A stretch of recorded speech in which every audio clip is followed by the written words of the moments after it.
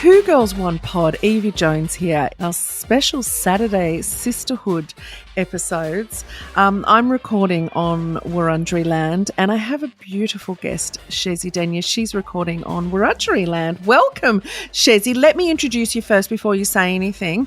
Chezzi might be most well known to you as the wife of TV's Grant Denyer, but she was part of the media industry long before she met him. Most women have their own careers, before they marry their husbands. Chezzi has a degree in communications, broadcast journalism, theatre and media. She's worked in radio, the Prime TV newsroom at New South Wales Parliament House and at Channel 7 assisting the new chief. She met Grant at work and they got married in 2010. And went back on the road as the Sunrise Weather team. They now live in Bathurst and have 3 kids, Sailor, Scout and Sunday, all the S's. I love it. Welcome, Chezzi. Yay! I feel like I need to give myself an applause. I don't know why. That was that was a very big intro, but thank you. I appreciate it. It was good though. You're very impressive, aren't you? Well, it sounded like it. Yeah. From what you read when you out. read your credentials like that and they're all true. I love it how I saw my my old English teacher one day and she said, "We're so proud of you. You've just really made it." And I said to her, have you seen Mummy Time TV or some of the TV shows that I've created? She looked at me puzzled. She's like, "No, because you've married Grant." Oh, shit. Yay. Yeah. The patriarch is strong in that one. It's a sign of a strong woman, isn't it? Yeah. Oh, God, it's still going around, isn't it? Still going on. Oh, but strong women are everything. My girls. Yeah, you've got 3 beautiful children, Sailor, Scout and Sunday. So it goes that way, does it? Sailors first, then Scout.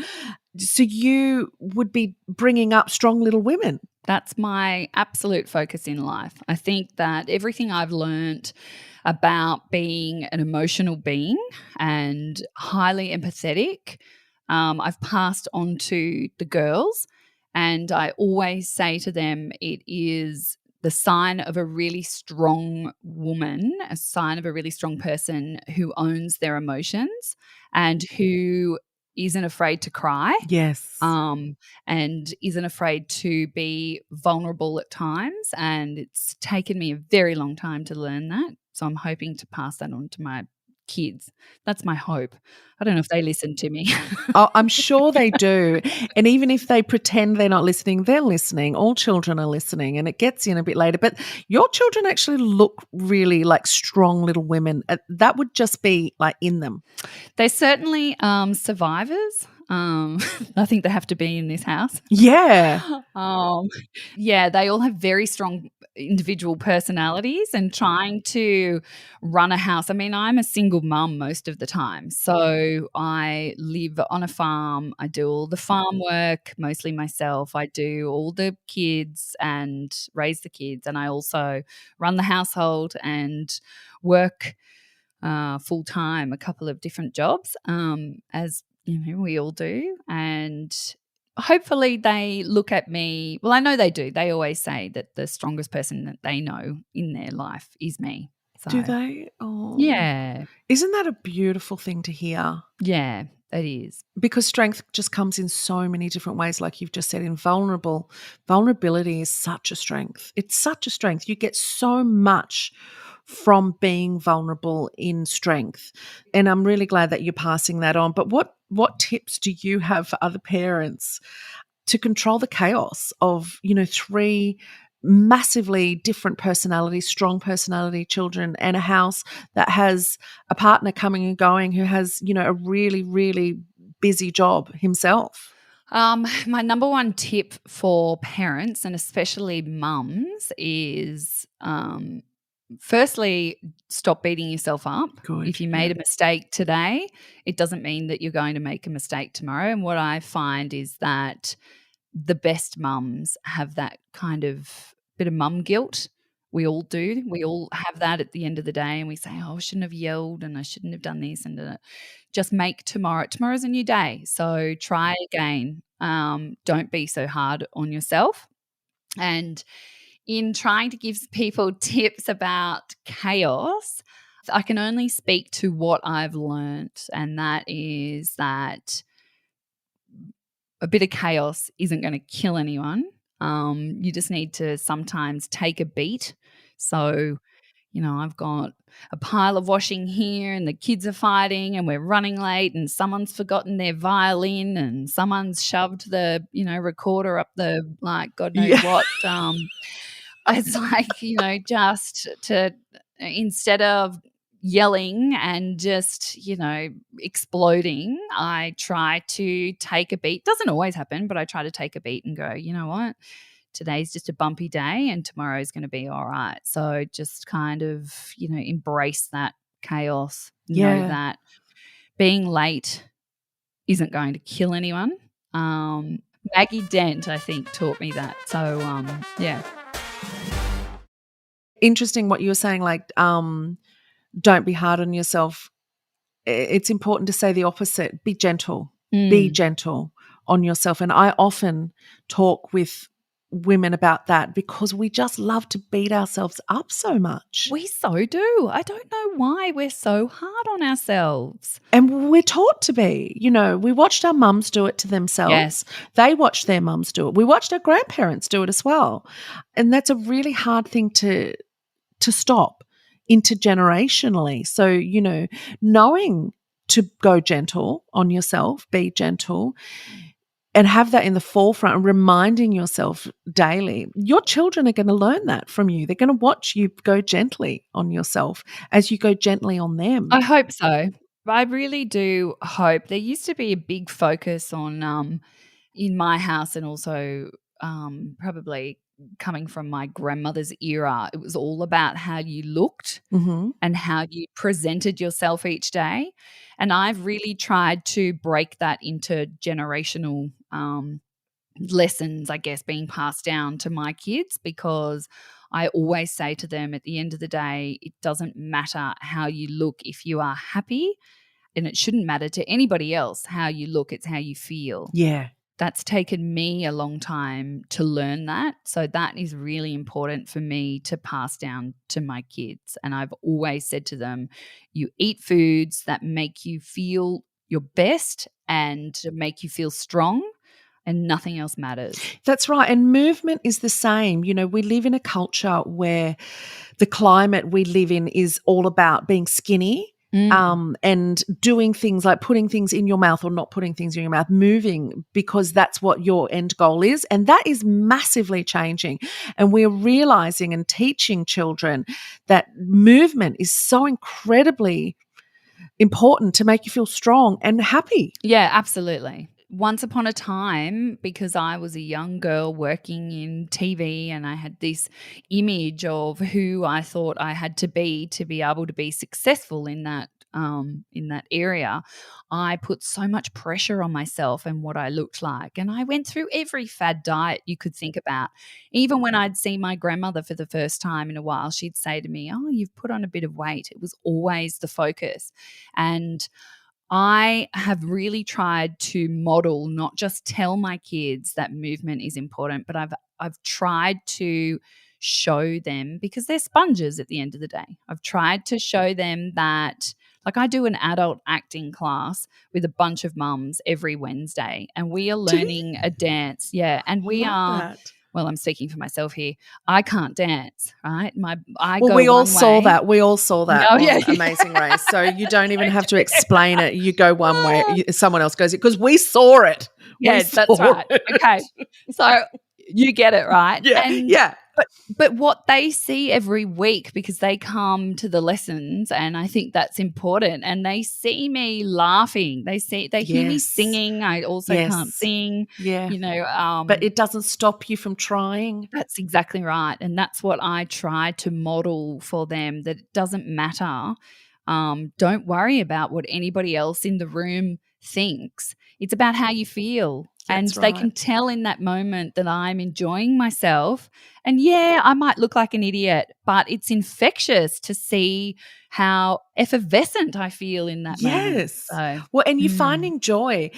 And that's just such a wonderful thing to see. But you're also emanating courage And that is something that, like you just said, children, and not just children, people around you are sponges, and they see someone doing something courageous, that's something that's really taking themselves out of their own comfort zone, and it's contagious courage. Mm. And to be brave is to be vulnerable, and all of those kind of things are strength. Like, that's strength. And that's so wonderful. I must do something like that as well. I'm actually thinking I'm going to join a choir.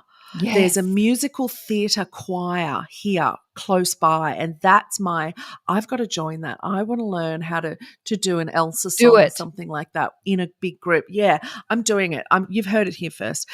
So we just Yeah. touched on the Amazing Race and your dancing skills.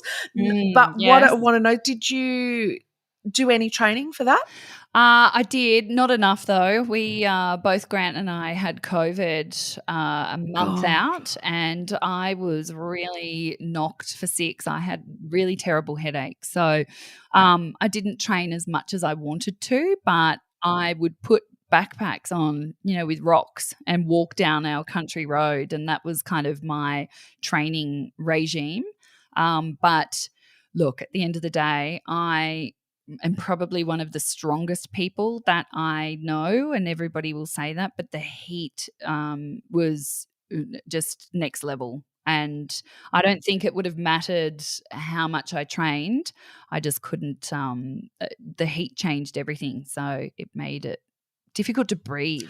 yeah, that is my worst nightmare. So kudos to you even being able to be there. Lastly, I'll ask you, what did you learn about being on the Amazing Race? What did you take away from it? I learnt that I basically can do anything. Anything. It's so funny because some of the other contestants were petrified about doing eating challenges. Well, they didn't bother me.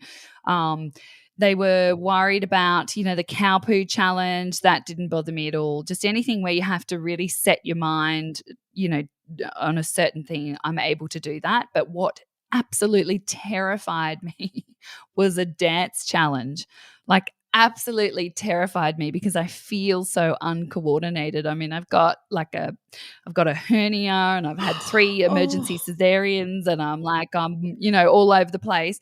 And I know that I have 2 left feet. So I was worried about that. But you know what? We did it and we passed, and I came back, I think, feeling and knowing that I could do anything. that you were stronger than you thought you were, even though you already knew you were strong. Yeah, absolutely. It was a different kind of strength. Yeah, it really was what you guys went through. And I think also too, looking back, whenever we were in, because that's Grant's domain, I'm not in front of the camera, so I would always look to him, to guide me in that domain, and I had to take the lead. And in those moments, it was just my true, authentic self that came out. And Australia got to see my cat's bum top lip when when I was really stressed. But I think that that's great because it's also like I would not want to do any of that scene any other way to Yeah. show Australia that it was real, and that yeah, sure, we can all get our hair done and look pretty, but it's in the real moments where it's a true testament to strength. So Yeah, absolutely. Well, as Grant said on that, it was a shame, what ended up happening and having you guys have to leave the series early, because he really wanted the country to see you and the real you, and you shine. And we did. We just didn't see a lot enough. So hopefully there'll be some other way, some other venture that you can do one day, and we can see the real you on our TV screens. Who knows? it's so funny because he always says that. He always says, "I just want the world to see the Chezzi that I see." And I Oh, always, follow, I don't need the world to see. Like, I don't need anyone. I don't need validation from an audience. That's not where I find my strength. I have to dig deep, and and feel good in myself. And I can only get that from myself when I do things that are kind and when I feel like I've done good in this world, and that's where I find my strength. Oh, I love that so much.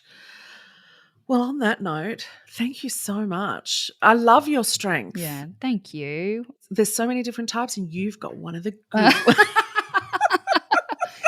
Yes, that's right. And I'll definitely need to get out and do some more weights. I think Strength. As we get older, us women, we really need to strength exercise, don't so we? true.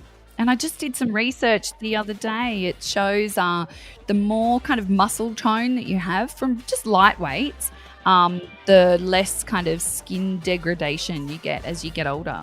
Had no idea. Yeah, it does so many amazing things, strength training, like really light weights. But yeah. Well, thank you for coming on the Sisterhood series. Thank you for having me. I love the sisterhood and I love you.